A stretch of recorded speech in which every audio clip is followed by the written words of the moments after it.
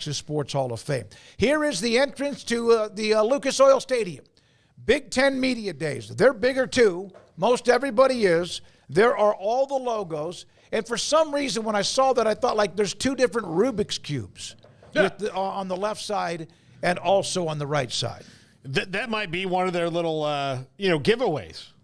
It's a Rubik's Cube for the Big Ten. No, it is very weird to see, like when you see all the logos together every time. When you see those new 4 schools in there, you're like, it doesn't make sense in my brain. But I know it is. Like I said at Big 12 Media Days, I saw those Colorado cheerleaders, and I went, what are they doing here? I thought it was Arizona State. Yeah, Arizona State cheerleaders. It all runs together. But Arizona State cheerleaders went, well, that's a coincidence that they're in town at the same time. Yeah, you can get lost up in that, Craig. You mentioned that the other day, that just the bottom line, when you see all the names of a preseason polls, there's so many damn teams. Yeah, there is. And so the Big Ten is big as there is, and we'll see if they're even bigger in the years to come, as we talked a bit about yesterday. And I don't think we talked so much about that today at their media days as opposed to the way the ACC opened up theirs yesterday. But it's interesting to see that. I mean, it's interesting to see the logos. I've kind of seen enough graphics at this point that that's not really all that different than, I've become accustomed to, whereas you posted that 6 months ago, it still looked pretty weird. But now we've seen so many preview magazines and so many polls and all-conference preseason teams and things that have Oregon mixed in with Ohio State and Washington mixed in with Michigan and so on and so forth, that I'm kind of getting used to it now. I don't think it's really going to hit, though, until we actually see them playing conference games and, seeing the matchups out west or up north that are just not supposed to be conference games, but they are now because that's the universe we live in with college football. So I think that's really when it's going to hit. I think when you see Texas and Oklahoma take the field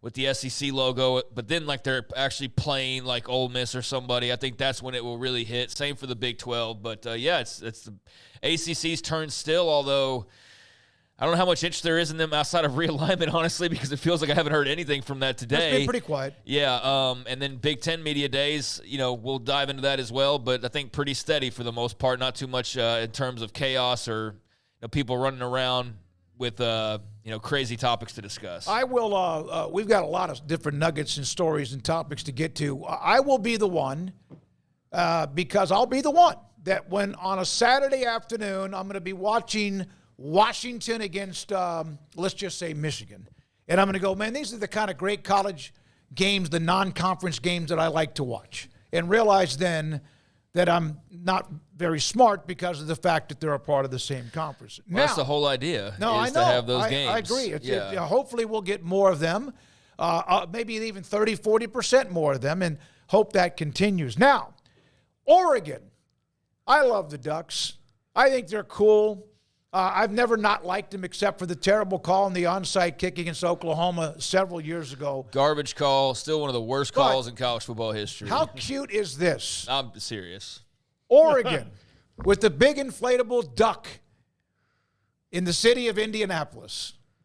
Welcome to the Big Ten, and Big Ten, welcome to us. Can you ride on that thing, or is it just? I don't know. I don't know. You're waiting. I saw somebody come up with a meme that like they're waiting for Godzilla. Well, I saw Godzilla, about to fight the duck. Who would win? Oh, Godzilla. Here's the thing. Godzilla, and look, I've seen this. They've done movies to varying levels of success and quality. I just saw him. Man, when I was a kid, Godzilla was scary as good. And I live in Japan, and you saw that all the time on a lot of their shows that they had. Yeah, no, Godzilla would tear him up. Yeah. All right, so Oregon saying, hey, we're glad to be here. Yeah, I'm serious about that Alan Patrick call from years ago. I'm still watch that if you haven't seen it before. Yeah. It's one of the worst calls ever. It was makes Pac-12 no sense. officiating at its absolute, finest, I guess, if you want to say that. But that one still irks me because that was a big win that had clear replay review angles, and they still somehow ruled against two different ways that was a wrong call. But I'm over it, right? Clearly. No, you're not. No, that's just one of those where you believe in betting, you believe that the games are rigged. It was that ridiculous. But regardless of that, I don't hold a grudge against Oregon. They're a cool program. I mean, the Nike Association obviously has set them apart from a lot of their brethren and made them pretty unique. And I think a big part of that is not just the uniforms, but in line with that is just the creativity and the coming up with outside-the-box ideas and just doing things a little bit differently and unique to Oregon, and I think that's a good example right there of that. I mean, the big rubber ducky in the middle of, the river, I guess. Yep. Then, that's not something that you'd have probably seen anybody else come up with, but they're unique and creative, and that's certainly a unique and creative way to welcome themselves into Big Ten Media Days. So I think that's pretty neat. Obviously, they're getting a lot of marketing play off that because it's going around social media quite a bit. And, yeah, kudos to whoever came up with that idea. I think that's pretty cool, and they've certainly made their mark early on Big Ten Media Days here in their first go-round. Couple of 3 notes from Big Ten Media Days from other writers. Brett McMurphy, when Ryan Day was asked about his new offensive coordinator, longtime head coach Chip Kelly with the NFL, UCLA, and, of course, at Oregon, I trust Chip with my life. I would if he's my offensive coordinator. I think he's a little great. I mean, look, head coaching wise, I think clearly, and you could even hear him talking about it when he made that brilliant plan for the postseason about what they should do. He's frustrated with being a head coach, but he's still got a lot to give in the offensive innovator department because that's what he is. I don't think he's lost a step there. I mean, even watching UCLA the last couple of years, when he's got the dudes, his offense hums. And so, yeah, I would absolutely expect the offense at Ohio State to take a bump up just because of Chip Kelly. Whoever the quarterback is, even if it's not Will Howard, they'll do well and they'll produce because that's what Chip Kelly pretty much does. So the ball was clearly touched before it went 10 yards. Alan Patrick recovers it, and it cost him a chance in the national championship game. Dundee's just said, and he's an OU fan, with an SEC logo next to his name, let's not forget about the tip pass. Oh, that was also in that game. Was called pass interference. Yeah, that's overlooked because of what happened with the absolutely ridiculous onside kick call. So, yeah, Dundee's knows. That's one of the most garbage ridiculous calls. We don't talk ever about officiating on this. So what were we talking about? Sorry, I got to get all that out of my system. Chip Kelly. Yeah, no, I think that's what you have to say. His job's somewhat in Chip Kelly's hands, so you better trust him like he's a loved one. You better trust him with all your heart and soul because basically what he said. Yeah. That's the hire that you made, not to save your job, but to lessen the heat, lessen some of the pressure on you. Certainly lessen your plate, right? I mean, he's the guy that's sitting there working so much with the offense. Now he takes a little bit of that load more off of his plate and hands it to a guy who would you pick above Chip Kelly? If you're saying, hey, we have to ensure our offense is better. We have to ensure our quarterback plays better. We've got arguably the greatest set of athletes at receiver and running back and so on and so forth. Like, all we need is the mind to put it all together. Are there many names that you're picking above Chip Kelly? As far as any coach, they're head coaches or not. That needs the offense to work. Yeah, possibly Lincoln Riley, Chip Kelly, yeah. Steve Sarkisian. Yeah. I mean, there's like those handful of guys, but Chip Kelly's right in that handful, and I think it was a inspired hire. I also think it's a crucial hire that comes with a lot of pressure for both guys because I think Chip knows that some of Ryan Day's heat lies on him. Yep. But I think that'll be good for Ohio State in the long run. And, that's what you hope you would hear if you're a Buckeyes fan is that they trust each other and that they have each other's backs and that they're, ready to go to war with one another because there's a lot of big expectations for Ohio State this year. I mean, they might be the most talked about team in the country this preseason. I feel like I've heard about Georgia. I know Carson Beck's dating one of the Cavender twins now. I saw that headline yesterday, like on TMZ or something. But I was like, man, that and the speeding arrest are like the highlights of my Georgia offseason intake, I think, at this point. It's a highlight of Carson Beck's, too. Yeah. The Alabama side of things is the changeover at coach, which you expect there to be a bit of a interruption of sorts there. It's not just going to be necessarily smooth sailing. Maybe it is, and if so, then Kalen DeBoer is really that dude. But just saying that you're hearing about a lot of changes and just things maybe being status quo, whereas I think with Ohio State, like you're hearing them really rev this thing up for what they have on paper to be a playoff or bust type of year. And even if it was a 14 playoff, it'd be a playoff or bust type year. So, yeah, they're getting a lot of national championship talk, and I think Chip Kelly and obviously Will Howard have a lot to do with that, along with, Quinshon Judkins and the rest of what they were able to do this offseason. All right, Rutgers is a team that's played better. Greg Schiano is back there, has been there now for a little bit more of an extended time. It's not like he just returned to Rutgers. Brett McMurphy with this nugget. Of all the teams in the Big Ten, Rutgers is the only team that does not face any of the league's predicted top 5 teams. They don't play Ohio State, Oregon, Penn State, Michigan, or Iowa. Good reason for them to be voted 9th by Cleveland.com as well. They were 9th, 8th. They were in the top 10. Nebraska was 8. Believe me, I remember that. It's burned in your brain. Yeah, they were 9th in the poll, which is usually about 7 spots higher than they're picked. And look, Greg Schiano breathed life into them last season. So without having to play those teams, you would think that you've got a great shot at finishing in the top 10 of an 18-team league. Yeah, I think being where they are, despite the schedule, that's just a product of being an 18-team league. Again, it's like, where do teams go after a while? Like, where do you place them? And you got so many that somebody's got to be 8, 9, 10. That doesn't mean they're a bad team, though. It just means that they're not Michigan or Oregon or Ohio State or any other number of schools. But I could see Rutgers being higher than that. They got some NFL talent. They were much better last year, and I think Greg Schiano, he just has a magic touch with that program. No, I mean, like, it's just, he knows how to run that program and he knows how to run it well. And I think that the momentum from last year is something that can certainly carry over. That was their first winning season in like 10 years that they just experienced. Was he there the last time? I don't know that timeline as well. He's been around a few other places, but yeah. I don't know. I don't know that. I don't memorize that. I don't have that timeline memorized. But, I mean, they had a good season last year, and they have a lot of moves they've made to make you think that they can have another good season. So build off of that and see where it takes you. It's just a very crowded field for Rutgers. That's the main thing is for teams like that, and that's most of the teams in the Big Ten.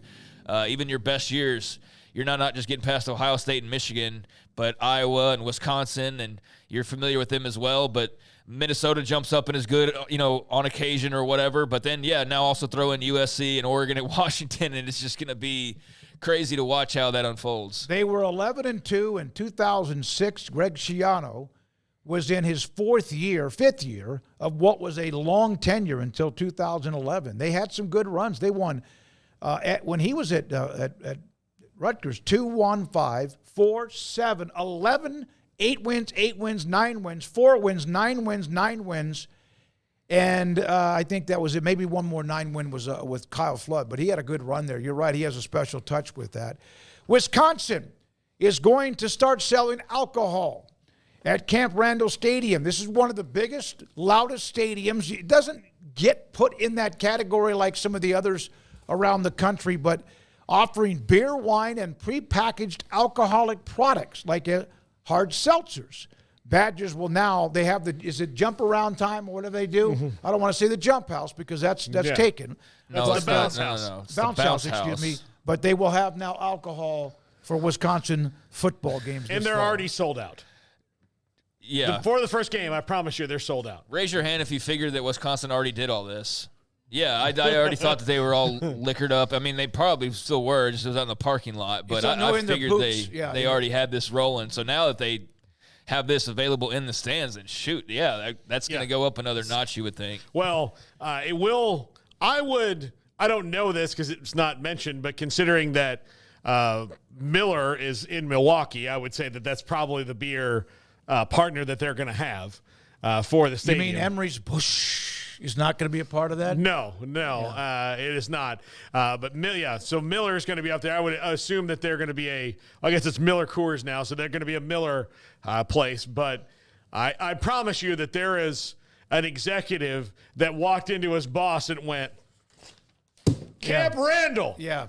I will see you in Gestad this year, sir, with my bonus. Yeah, you're right. I thought, thinking about it, Wisconsin would have already had that done, and they did. They just didn't do it, which was officially. They were inside people's boots and their hats and whatever else, purses that got able to sneak through, and maybe even underwear. Who knows where they were sneaking in the liquor bottles. The American Conference. Jeff Traylor will join us, our good friend, tomorrow. He had something interesting to say today. We'll get that in a minute. But here's the preseason poll. How about Memphis? Where is it? Is it Metal?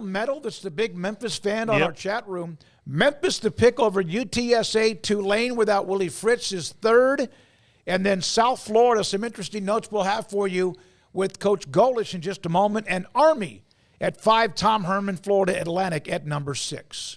Yeah, I actually, on my top 5 on Friday, had when I made my first pass to the playoff, I had Memphis as my G5 team in the playoff. I think UTSA will nip at their heels all season long. That's going to be a tough league. But I think Memphis and Seth Hennigan really have a great shot at winning a ton of games this year. They roll into Tallahassee. I'm nervous about it. Should be. Seth Hennigan's a Texas guy, and I've been following him pretty closely. He's a really good quarterback, and apparently a little bit of a jokester. I know somebody who was at American Media Days and was able to talk to him and enjoyed the conversation, the short, small talk that they had with him. So it's just a cool moment. But, yeah, they won 10 games last year, and they bring back a lot, including Seth Hennigan. So I think there's rightful reason to believe that Memphis, especially building off of last year and just kind of looking at what is a very open American Athletic Conference, I think they are one of the sure bets. UTSA with Traylor, their first year in the American, and they're number 2 as the conference shakeups continue. You got to remind myself of that. But, UTSA, you'd expect them to always be pretty solid, but still number 2. Tulane at 3. You obviously lose Willie Fritz, but John Sumrall is a hell of a hire, so I think he'll do just fine there. USF, there's a lot of talk around them, as you see with realignment. I don't know how often the USF folks are desperate, and I don't mean that in a negative way either, but they really, fellas, are feeling the pressure to get one of these invites, and they're doing everything in their power to try and get that. But they're also hoping that having a pretty good football team will help in those efforts, and I think they're expected to be pretty good this year. So, yeah, going through the rest of the list, I think it's an interesting conference. It's a makeup that makes some sense, and obviously it's a conference that's been in some upheaval as of late with just some of the subtractions and additions. But, Memphis, UTSA, Tulane, USF, Army, I think that's an interesting league. No, I think that could be so. a really crazy, fun league. And we're going to hear from North Texas cornerback Ridge Tejada here at the bottom of the hour. But UAB with Jacob Zeno at quarterback is at number 10. Again, another large conference. This one's normal, though, like 14 teams. All right, Tim Pernetti, the new commissioner of the American Conference, saying that college athletics has failed to modernize the enterprise until it was forced to. You agree? Yeah. Yeah. This is what I like. Here's what I'm going to enjoy about the Group of 5 conferences over the next few years, especially now post-Hal settlement. They are going to be in full, we're just going to say what we want to say mode. Like, there's no posturing that they can make anymore. They're going to say what they need to say. And Tim Pernetti's saying it here about, they're talking to everybody, all the different things that they're going through, and there's no reason for them to be cagey about anything. What do they have to be cagey about? What do they have to be Greg Sankey or Tony Petitti or anything about? They don't have to be secret about anything. They don't. They need to go out and start swinging for the fences and whatever they can get and making the comments that they need to make. They've got to get out there and just speak their truth. I like this one here, Craig. I don't think there's a commissioner in America that would wake up in the morning and have comfort in their stability, and that even includes maybe Sankey and what's going on at the Big Ten. No, I think Sankey and Petitti. I get he and Pernetti. Well, I have Phillips in my head from yesterday. But I think Sankey and Petitti sleep okay. I think they wake up nice and cozy. I think that they're just fine, honestly. I think even Brett Yormark's fine, too. So it depends. If you're the American commissioner, though, are you a little bit more, like, upset stomach when you wake up in the morning, a little bit more anxiety? Yeah, I'd imagine you are, because you're not just in a cozy seat like the other two that I mentioned in particular. And even stretching that further, like Brett Yormark and the Big 12 are still much better shape than basically every other league out there, So, I think he's right for the most part. I think, though, that if you're in the SEC and Big 10, that's just kind of the exception to the rule. But, he says that, and he's right, because there's a lot of things going on. But he also says 2 lines down, if college athletics was in such bad shape, do you really think we'd be experiencing this accelerated growth and outside entities would be investing in us? So doesn't that say the opposite? That, he's spinning the message that they're in really good health because there's so many people wanting to be a part of it. Now, you can break that down a little further and say, Yeah, they're swirling in. They're called vultures, and they're here to pick the bones apart and take everything that's left over once this runs itself into the ground. And I don't think that's where it's going, but just saying, just because there's interest, it doesn't mean it's from good, entitled, people that want to see the best for the game as we know it.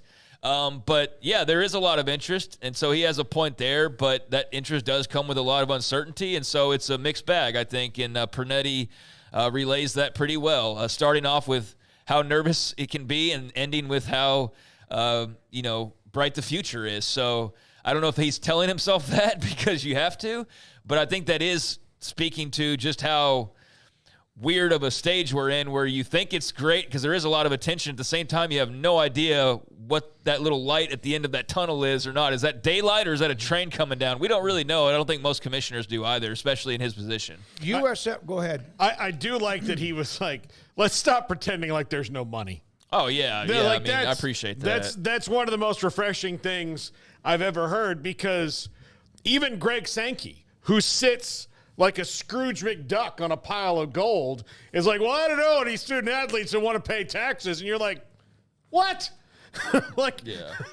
Come on, Greg, you're better than this. Yeah, he also talked about the jersey patches and private capital and things, and it sounds like he's like your mark, and we'll talk about that some other time. Yeah. I don't think anybody's ready to dive into all that stuff. Metal, thank you for the super chat. We brought up your Memphis Tigers, and you're excited. I asked if you were around, and you are. Thank you for the super chat. All right, Matt Baker's been busy.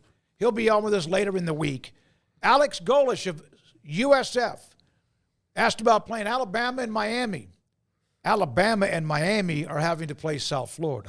I like that answer. Look, he gave Bama all they wanted last year.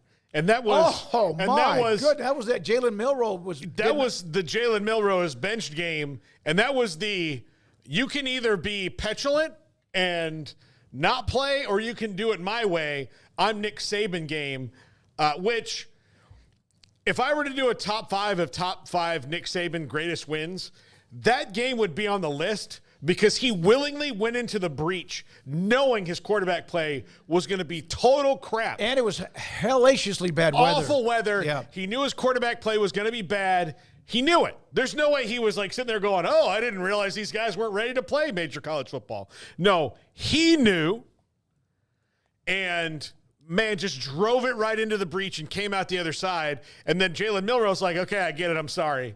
And yeah, that one would be a top 5 win for me for Nick Saban. Jackson Mars, also a big Memphis fan in the chat room, wanted to make sure we don't forget about you. And Alex Golesh also saying this. We've wondered about USF and where they would have been had they been where they are maybe now or will be in the next year or two when some of the realignment changes occurred. In the works, stadium football operations, quote, it's going to be the Taj Mahal of facilities nationally, which is great for USF now and into the future. So there's another note from Golesh from what's going on with the Bulls at USF. Yeah, they also said that if the cap is $20 million for NIL investment or roster investment, that they're going to get right there as best they possibly can. They're going to, if it's $20 million, they're going to get $20 million or get as close to that as they possibly can. So I think what you're seeing is, for one, Alex Golesh, just a strong leader who's done a really good job in a short amount of time. They got some good talent. I mean, Byron Brown is an incredible player that is back and is young and is coming off of a really great year, and I think is going to be one of the main reasons why the Bulls are getting a lot of love for possibly, playing for the American title, if not winning it. I mean, they're right there in the mix. You saw them; they're relatively high on the preseason polls, and for good reason, because of what Golesh and company did last year and some of the guys they're bringing back like Brown. So I think there's a lot of excitement there. I think they're in that Memphis boat where they're like, give us the word and we're ready to roll. Like in terms of conference movement, like let us know. And if there's a ticket to the Big 12 or this ACC configuration in the future, like let us know. And I think you're seeing them maybe it took a little bit longer than it needed to for this last round.